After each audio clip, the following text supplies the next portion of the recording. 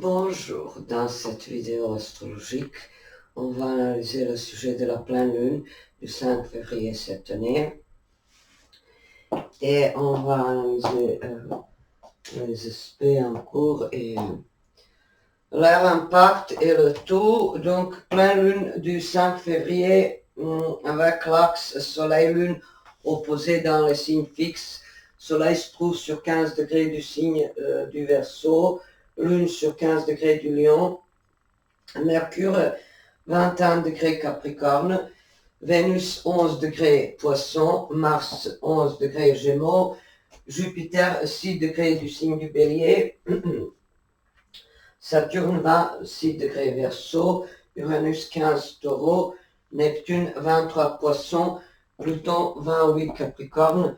On a toujours le nœud nord dans le signe du Taureau et on a la lune noire dans le signe du Lion. Et c'est pour ça, justement à cause de la présence du signe du Lion, que j'ai choisi l'histoire de Wallis Simpson. Cette fois, je ne veux pas analyser un film ou une série ou une poésie, mais la vie d'un personnage controversé lié à la famille royale. Bien évidemment, avec le lion, on a toujours quelques faces de luxe, titres de noblesse ou une position élevée par rapport au commun mortel. Donc, j'ai justement choisi le personnage et le contexte de vie qui nous décrivent le mieux cette pleine lune dans l'axe Verseau-Lion. Wallis Simpson, c'était une Américaine qui a été mariée 2 fois avant d'épouser le roi Édouard VIII.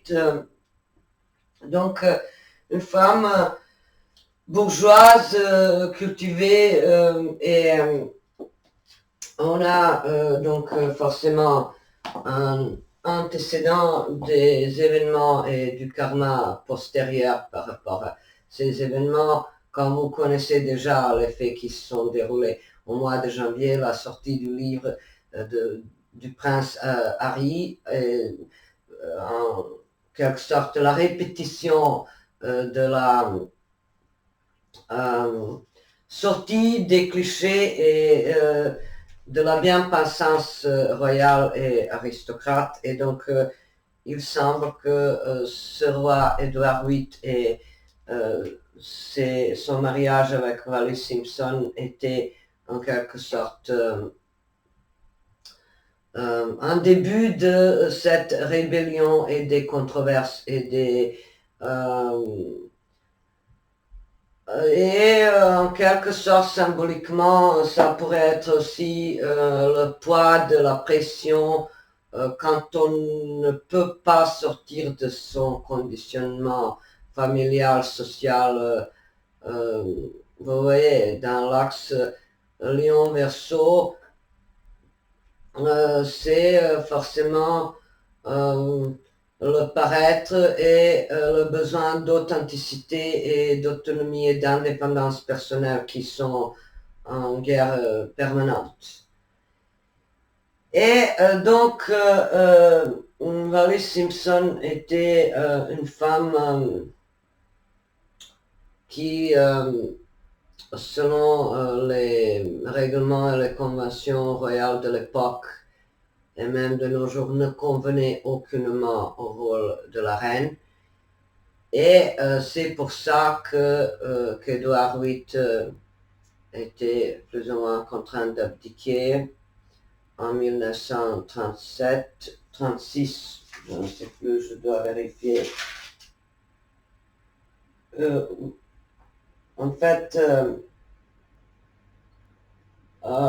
oui, il abdique en 1936, mais c'est en 1937 qu'il se marie. Bref, leur couple était en quelque sorte forcément sa façon de répondre à la pression de la rigidité et du conformisme et des normes imposées par la tradition.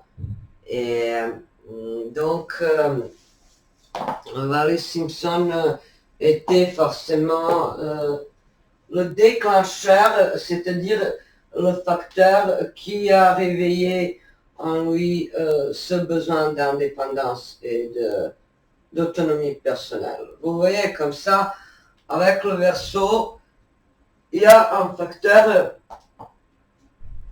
social ou amical ou affectif ou quelque chose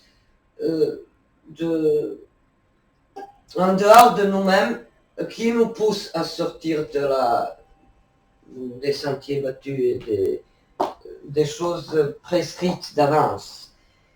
Donc, après la mort de son père, il accède au trône, mais elle reste sa maîtresse. Et à l'époque, elle était toujours mariée avec son deuxième époux.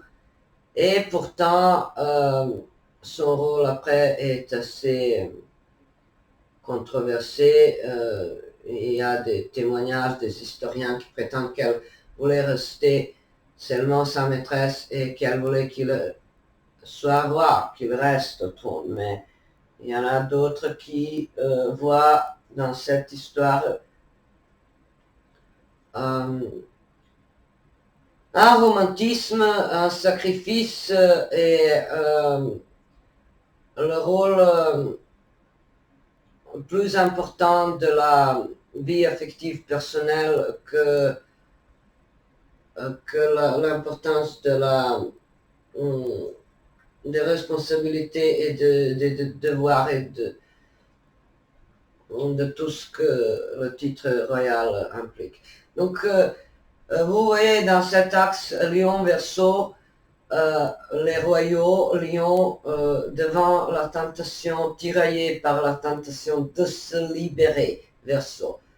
Et pourtant, bien sûr, ce n'est pas applicable seulement aux familles royales ou quelqu'un qui a des devoirs face à la société ou à la famille.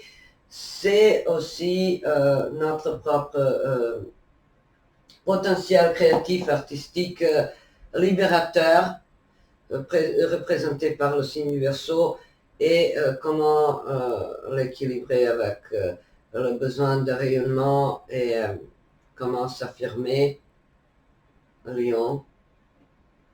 Donc, quelle importance donner à la vie, à sa propre créativité, à sa propre liberté, à sa propre indépendance. Tout ça, c'est symbolisé par le signe du Verseau, vous voyez. Et pour s'affirmer, pour rayonner, c'est Lion. Donc, comment utiliser au mieux sa créativité pour s'affirmer. Bref, revenons à notre couple royal qui, avec le temps, semble-t-il, sympathise avec les nazis. Ils se rendent en Allemagne nazie et il y a des témoignages, des photos, enfin je ne peux pas témoigner directement, j'ai pas vu la scène, mais selon certaines sources, on dirait qu'ils étaient proches d'Hitler et qu'ils ont fait des salutations nazies là-bas, etc. Et donc, dans ce sens-là, la presse s'est acharnée un peu contre Wallis Simpson, la jugeant presque espionne à la solde d'Hitler et un facteur destiné à détruire la monarchie et à provoquer la chute d'Édouard VIII. Et donc cette femme a été beaucoup détestée. Ça peut aussi être cet axe Lion-Verseau. Un manque de popularité publique, contestation publique, etc. Et alors, quand la guerre éclate après leur mariage, ils s'étaient d'abord mariés en France, mais avec l'envahissement de la France et la chute dans les mains du nazisme, alors il s'expatrie provisoirement au Portugal et après la guerre, il revient en France et il écrivait des poèmes, des essais, des choses comme ça, alors qu'elle était férue de la mode et s'intéressait beaucoup donc, à la mode et tout. Et ils meurent tous les deux en France, mais ils sont enterrés à Frogmore, donc dans le cimetière proche de Windsor. Cette histoire peut être interprétée de manière symbolique comme renoncement personnel, un sacrifice, une décision qu'on doit faire pour trancher et pour se libérer de quelque chose, un fardeau qu'on ne veut plus supporter, porter sur son dos. Donc avec l'opposition Lion-Verseau, quelque chose dans notre personnalité nécessite d'éclore, de naître, de s'affirmer, de s'afficher. Donc quelque chose qui nous rend fiers de nous-mêmes. Quelques petits embellissements au niveau de la personnalité ou du physique ou du caractère ou voilà, notre propre besoin intime de rayonner et notre propre désir de noblesse personnelle quelconque. Oui. Donc cette abdication d'Édouard VIII était en quelque sorte la victoire d'un amour. Pour elle, il a abandonné les devoirs royaux, comme dans la chanson Je vais quitter ma patrie, je vais quitter mes amis, l'hymne à l'amour, si vous vous souvenez de cette chanson d'Edith Piaf. Donc, les autres aspects qu'on a pendant cette période, ça nous confirme cette idée des scandales, de quelque chose d'inconvenant, vous voyez, avec ce carré Mars-Vénus, c'est ça. C'est la souffrance intérieure ou les situations ambiguës, floues, peu désirées qu'on n'arrive pas à gérer ou qu'on n'arrive pas à contourner.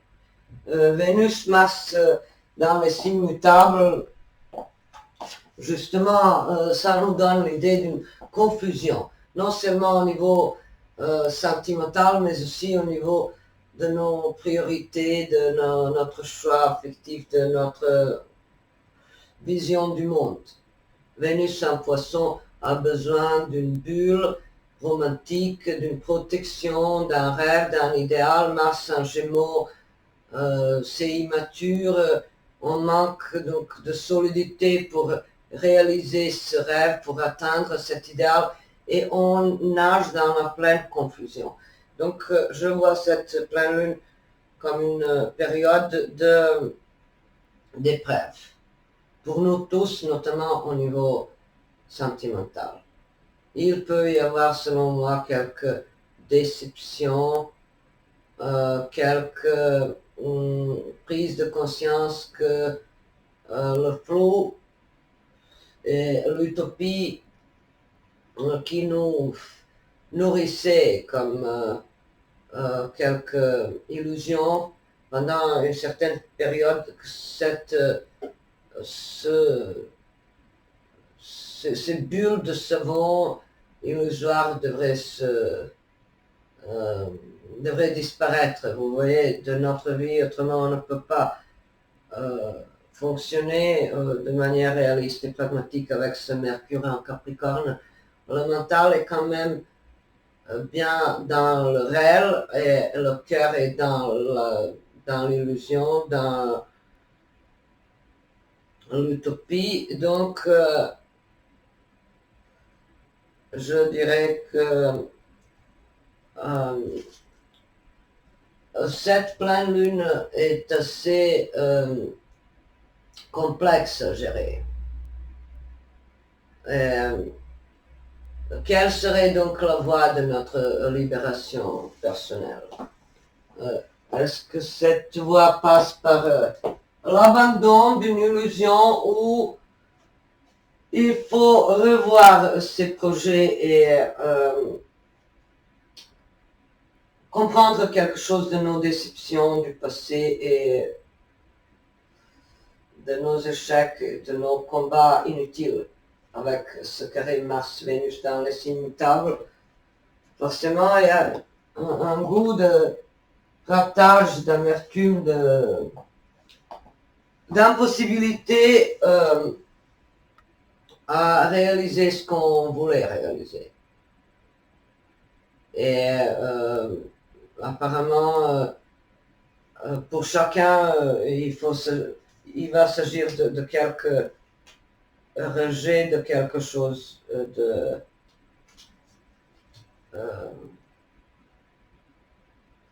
quelque chose qui ne peut plus fonctionner. Vous voyez, donc la pleine lune, comme on en a souvent évoqué, c'est le moment où il faut crever l'abcès, où on sort du mutisme et de l'indifférence, on rejette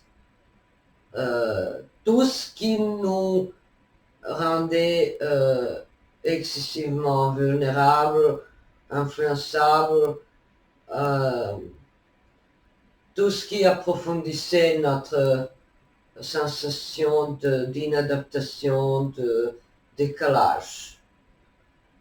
Donc, mais avec tous ces aspects en cours, je dirais qu'au niveau du climat social, on a quand même un goût du scandale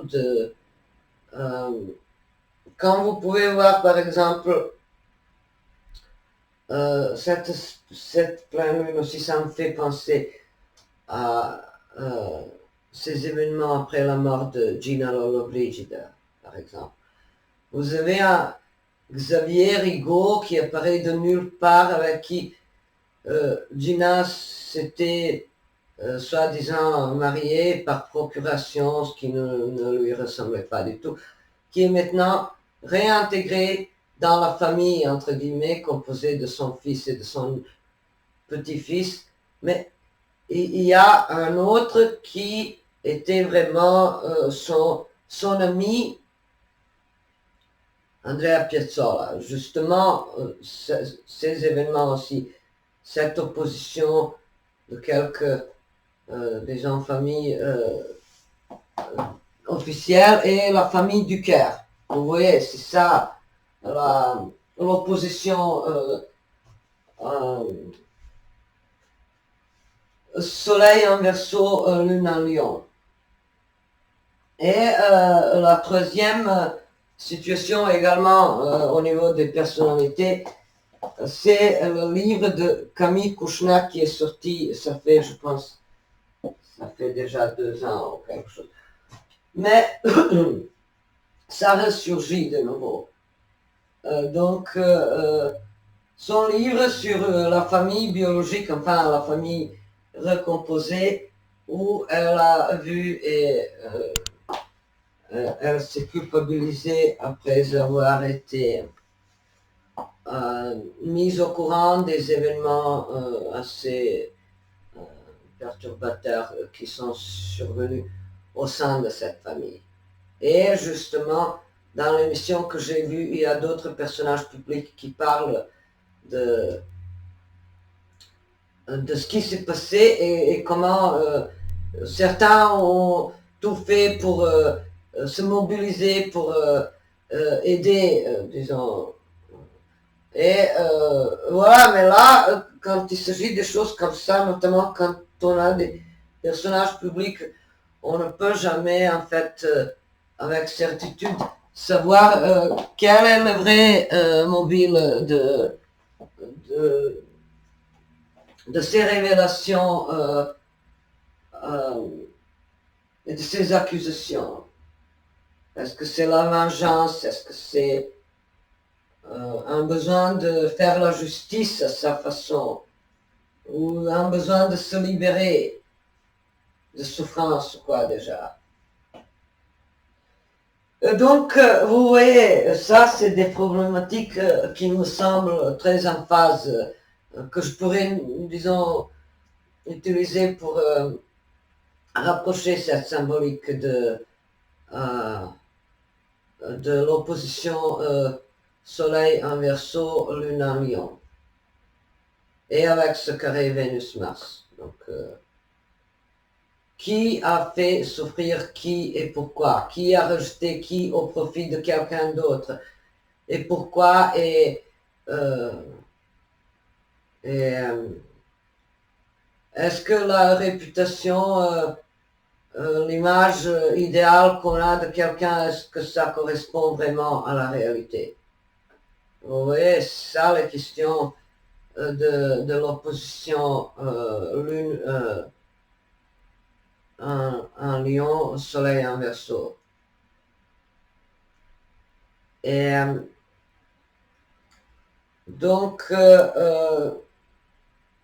je dirais que ce n'est pas uniquement lié aux inconvénients liés à la famille et les attentes de famille quelconque, mais aussi de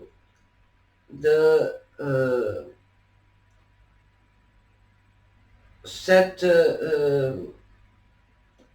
partie de notre personnalité qui a besoin d'être admirée, applaudie, complimentée, valorisée avec le lion. Et comment on fait ça? Quelque chose doit être rejeté apparemment pour s'affirmer pleinement. Vous voyez, avec l'opposition, il faut faire ses priorités et il faut apparemment trancher. On ne peut pas à la fois rester dans l'acceptation de quelque chose qui nous dérange et être nous-mêmes. Et étant donné que le Verseau symbolise souvent les mouvements sociaux, les réformes, les idéaux, les projets d'avenir et tout ça, pour quelqu'un, ça peut être pendant cette période la conscience qu'il faut abandonner ancien mode d'affirmation, un comportement qui par le passé n'a pas abouti à l'affirmation personnelle. Vous voyez, c'est ça. Donc, j'espère que je vous ai éclairé là-dessus. Et j'espère que vous allez comprendre quelque chose. Pendant cette pleine lune, surtout au niveau de l'amour propre, au niveau de la façon dont vous vous aimez.